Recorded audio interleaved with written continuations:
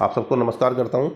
और इस वीडियो में हम बात करेंगे कि आखिर जो दूसरी पार्टियां बीजेपी को छोड़कर उसी में तोड़फोड़ क्यों हो रही है और उसमें तोड़फोड़ का क्या कारण है। क्या बीजेपी के अंदर असंतोष नहीं है या बाकी दूसरी पार्टी के लोग ही अपनी पार्टियों से परेशान हैं। तो मैं अगर आप मेरी इस बात को सही समझेंगे तो मेरा निवेदन है कि कृपया कमेंट करके ज़रूर बताएं। और अगर आपने अब तक सब्सक्राइब नहीं किया है तो सब्सक्राइब ज़रूर कर लें। मुझे अधिक से अधिक मैं चाहता हूं कि आप मुझे अपने साथ जोड़ने का काम करें। ये एक मेरे लिए आपकी ओर से एक आपका प्यार रहेगा। सबसे पहले हम बात हिमाचल की करते हैं कि हिमाचल में सरकार गिरने का क्या कारण है।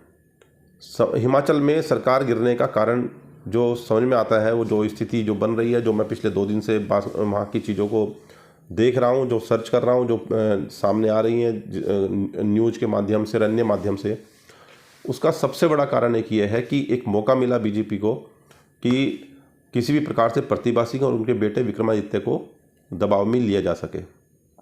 अब जो सब बात सामने आई है कल शाम से, उसमें मीडिएटर बनाया गया कैप्टन अमरिंदर सिंह को। उनको क्यों बनाया गया वो मैं बाद में बताऊंगा, लेकिन उससे पहले जो स्थिति है वो ये है कि बीजेपी को ज़रूरत क्या पड़ रही है कि ये उसमें बिहार में भी जाकर के तोड़फोड़ करना है, हिमाचल में भी करना है, कहीं और भी जाकर के अगर अभी ज़रूरत पड़े तो वहाँ पर भी करने का उनका मूड बन रहा है कि कहीं पर भी ऐसी स्थिति है, चाहे वो झारखंड हो चाहे कहीं पर भी हो। चुनाव सर पे हैं और वो इस प्रकार की घटनाएं कर रही हैं जिससे उसकी इमेज भी खराब हो जाए, लेकिन उसको फ़र्क नहीं पड़ रहा है। ख़ास तौर से ये जो मोदी टीम है ये इस काम को अंजाम दे रही है। तो जो स्थिति है सामने आती है, जो मैं समझ पा रहा हूँ और जो चर्चाएं होती हैं ऑफ द रिकॉर्ड, उसमें चर्चाएं ये हैं कि वास्तविकता ये है कि जो ईवीएम का खेल है, जिसको लेकर के आज की तारीख में बहुत बड़ा आंदोलन दिल्ली में भी चल रहा है और बड़े शहरों में भी चल रहा है।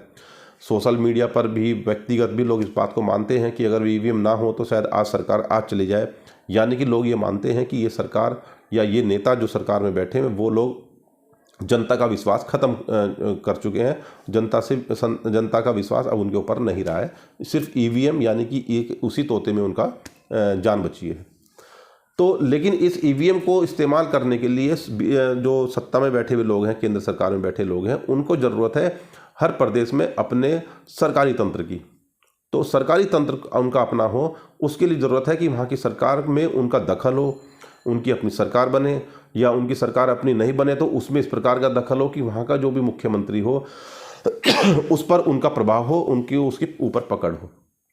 चुनाव के समय यही सभी अधिकारी काम करते हैं, जो उसमें चाहे पुलिस हो, चाहे उसमें डीएम हो, चाहे वहाँ पे पहुँचने वाले पर्यवेक्षक हों, वही सब काम करते हैं चुनाव आयोग के अंडर में जो राज्य में काम करते हैं। तो वो उस समय चुनाव आयोग के अंडर में आ जाते हैं, उनके अधिकार क्षेत्र में उनका काम आ जाता है। तो यानी कि चुनाव आयोग अगर वर्तमान में बैठी सत्ता के हाथ में खेल रहा होगा तो जो चुनाव के दौरान भी जो वहाँ की जो राज्य का जो इकाई होगी, जो वहाँ की प्रशासनिक इकाई होगी, वो सारी की सारी प्रशासनिक इकाई चुनाव आयोग के माध्यम से केंद्र की सत्ता वो अपने हिसाब से उसको डील करेगी।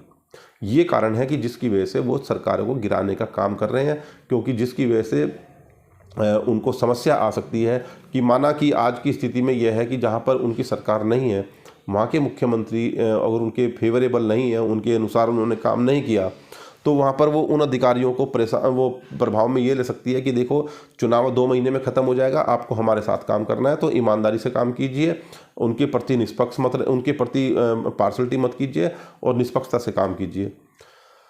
तो उनको मजबूरी ये होगी कि जो चुनाव आयोग चाहता है उस तरह से काम नहीं हो पाएगा, क्योंकि काम सिर्फ ये एक दिन का नहीं होना होता है, उसमें कई बार चीज़ें, बहुत सारी चीज़ें उसमें काम करती हैं।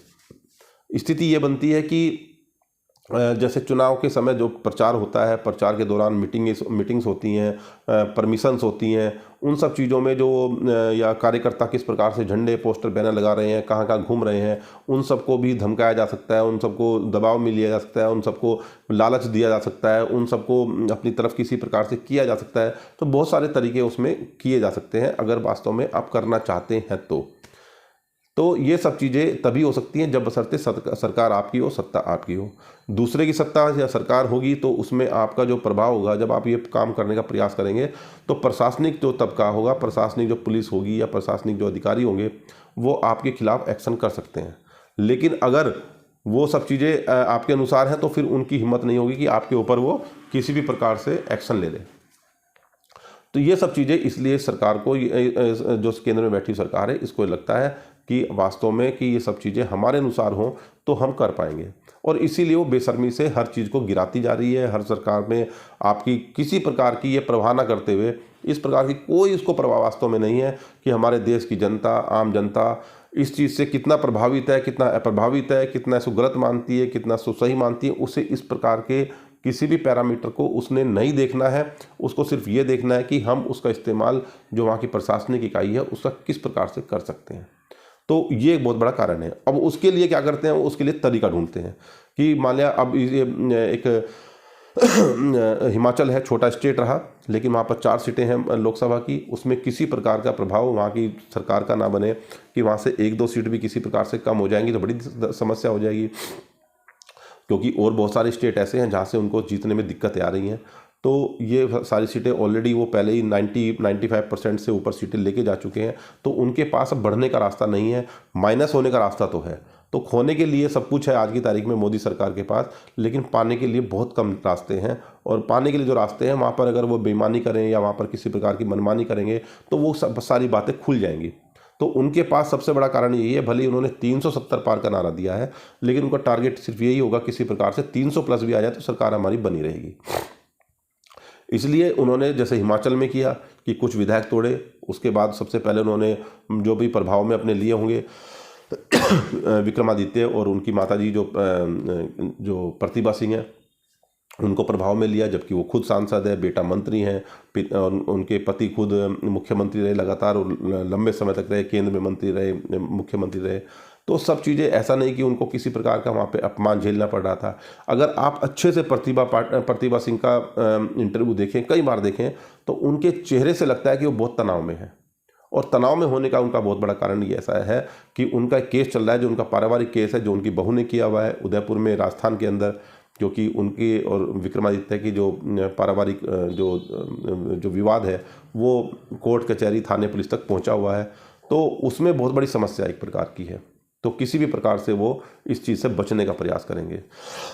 अगर आपको शायद ना जानकारी हो, लेकिन अभी हाल ही में एक ऐसा ही केस गाजियाबाद में हुआ, जो कांग्रेस की वहाँ नेता हैं डोली शर्मा, जो लोकसभा का टिकट भी मांग रही हैं और पहले भी चुनाव लड़ चुकी हैं, वो उनके ऊपर उनकी सास ने केस किया या करवाया गया, जिस प्रकार की वहाँ की बातें आती हैं, और उनको जाकर के उनसे ज़बरदस्ती मकान खाली प्रशासन द्वारा करवा दिया गया।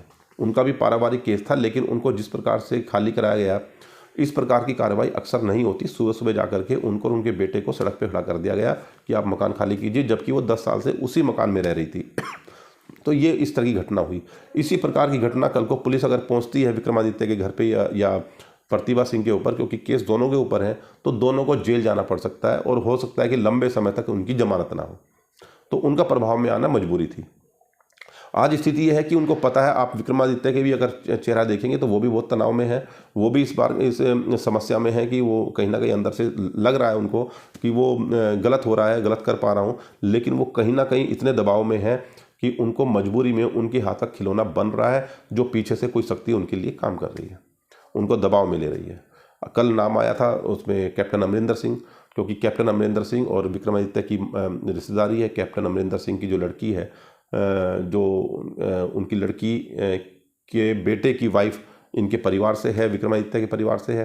तो वो जो एक रिश्तेदारी है, उसके द्वारा जिस प्रकार से लाइजनिंग करने की बात सामने आई है, तो वो सबके सामने निकल के आ गई। इसी प्रकार से अब वहाँ पर इसमें आपने बिहार में देखा ही पिछले दिनों, सरकार चुनाव सर पे हैं और इस प्रकार से तोड़फोड़ करने का काम जो 1 महीने पहले ही किया गया है, और वो स्थिति ऐसी बन रही है वहाँ पर भी कि अभी भी बीजेपी किसी भी प्रकार से नीतीश कुमार के ऊपर भरोसा नहीं कर पा रही है। वो इतनी अनकम्फर्ट है बीजेपी नीतीश कुमार को लेकर के, क्योंकि बिहार में अच्छी खासी सीटें हैं, 40 सीटें हैं, तो वो वहाँ पे खोना नहीं चाहती किसी प्रकार से एक एक सीट को, क्योंकि बहुत समस्या इस प्रकार की है। नेक टू नेक वाली कहानी बनी हुई है बीजेपी के लिए कि जो पिछली सीटें थी अगर वो ही रिपीट कर ले तो उनकी सरकार बनती है। अगर उसमें से 30-40 सीटें भी पूरे देश से कम हो गई तो उनकी सरकार नहीं बन रही है, जो आज में सत्ता में बैठे हुए हैं। तो ये बहुत बड़ी समस्या आज की तारीख में बीजेपी के लिए है। इसीलिए मैं आपको बताना चाह रहा था कि ये सरकार गिरने का खेल सिर्फ इसलिए नहीं है कि कोई सब धोखेबाज हो गए हैं। ये सरकार गिराने का खेल सिर्फ इसलिए है क्योंकि वहाँ पे प्रशासनिक अमले को अपने हाथ में लेना है, वहाँ पे प्रशासनिक ताकत को अपने हाथ में लेना है। प्रशासनिक ताकत का इस्तेमाल किस प्रकार से हो, उसके लिए प्रभाव किस प्रकार से बनाया जाए, वो अपने हाथ में लेना है। तो ये सब चीज़ उसके हिसाब से बनाई जा रही है। अभी ये भी हो सकता है कि सुक्खू सरकार चुनाव के बाद तक चल सकती हो, ये भी हो सकता है पहले गिर जाए। अगर बाद तक भी गिरेगी तो भी अधिकारी इस प्रभाव में रहेंगे कि हो सकता है चुनाव के बाद ही सरकार गिर जाए, तो हमें इनके अनुसार भी काम करना पड़ सकता है। कल को जो बीजेपी सरकार बने या कोई दोबारा से चुनाव हो और तो सरकार आए दोबारा से, तो वो कहीं ना कहीं न्यूट्रल इस प्रकार से हो जाएंगे कि जो ज़्यादा प्रभाव में रहेगा उसके अनुसार काम करेंगे, जो पर्यवेक्षक केंद्र से आएंगे। और इसमें बहुत बड़ा जो रोल होता है पर्यवेक्षकों का भी होता है, निष्पक्षता का और पार्शलिटी का, कि वो जो प्रभाव उनका रहता है वो प्रभाव इस प्रकार का होता है कि वो सामने पब्लिक के सामने नहीं आते हैं।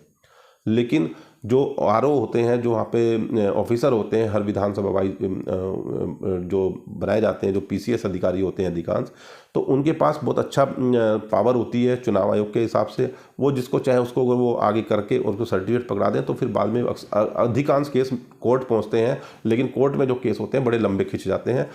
जो अभी चंडीगढ़ वाला मसला हुआ, ये बहुत ही अपवाद वाला केस हुआ है कि ऐसे केस मुझे लगता है कि आज़ादी के बाद से लेकर के अब तक के कोई 2-4 केस ही 2-3 केस ही ऐसे हुए होंगे।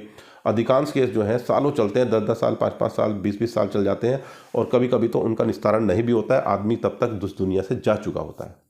तो ये मैं आपको बताना चाह रहा था कि वास्तव में जो प्रदेश की सरकारें हैं वो क्यों गिराई जा रही हैं, वो किस लिए गिराई जा रही हैं, और उसके हिमाचल की सरकार बचेगी या नहीं बचेगी, इसमें आप खुद अपना अब निर्णय बना सकते हैं। और ये भी देख सकते हैं कि उनको अगर आप देखें, आप वास्तव में और जो यूट्यूब चैनल है जिसपे प्रतिभा सिंह और विक्रमादित्य के वर्जन आ रहे हो, आप उनके चेहरे को कई बार पढ़ने का प्रयास करना कि वो कितने तनाव में है आज की तारीख में। और सिर्फ इसलिए तनाव में नहीं है कि सरकार में उनका कोई प्रभाव नहीं हो पा रहा है, और ऐसी भी कोई बहुत बड़ा कारण उन्होंने नहीं बताया है कि जिस वजह से वो नाराज़गी हो। मुख्यमंत्री हमारी सुन नहीं रहे हैं, 1 साल से हम परेशान थे।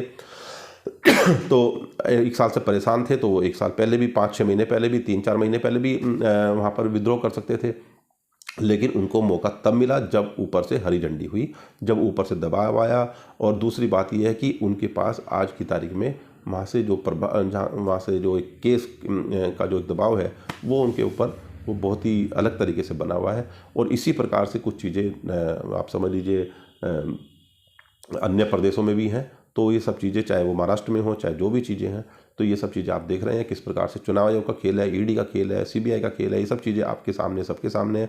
अब तो हर आदमी इस पर चर्चा कर रहा है, लेकिन ईवीएम उनके अनुसार काम कर सके उसके लिए ज़रूरी है उनको सत्ता चाहिए, जिससे कि जो प्रशासनिक अमला है उनके हाथ का काम उनके हाथ में रहे और वो मनमाने तरीके से काम कर सके। ये आपको सोचना है कि क्या सही है क्या गलत है। मैं अपनी बात समाप्त करता हूँ। अगर आपको मेरी बात सही लगी है तो सब्सक्राइब जरूर कर दें, और अगर आपको लगता है कि इसको शेयर करके दूसरे को भी सुनना चाहिए तो आपसे निवेदन है कि इसको शेयर भी कर दें। जय हिंद, जय भारत।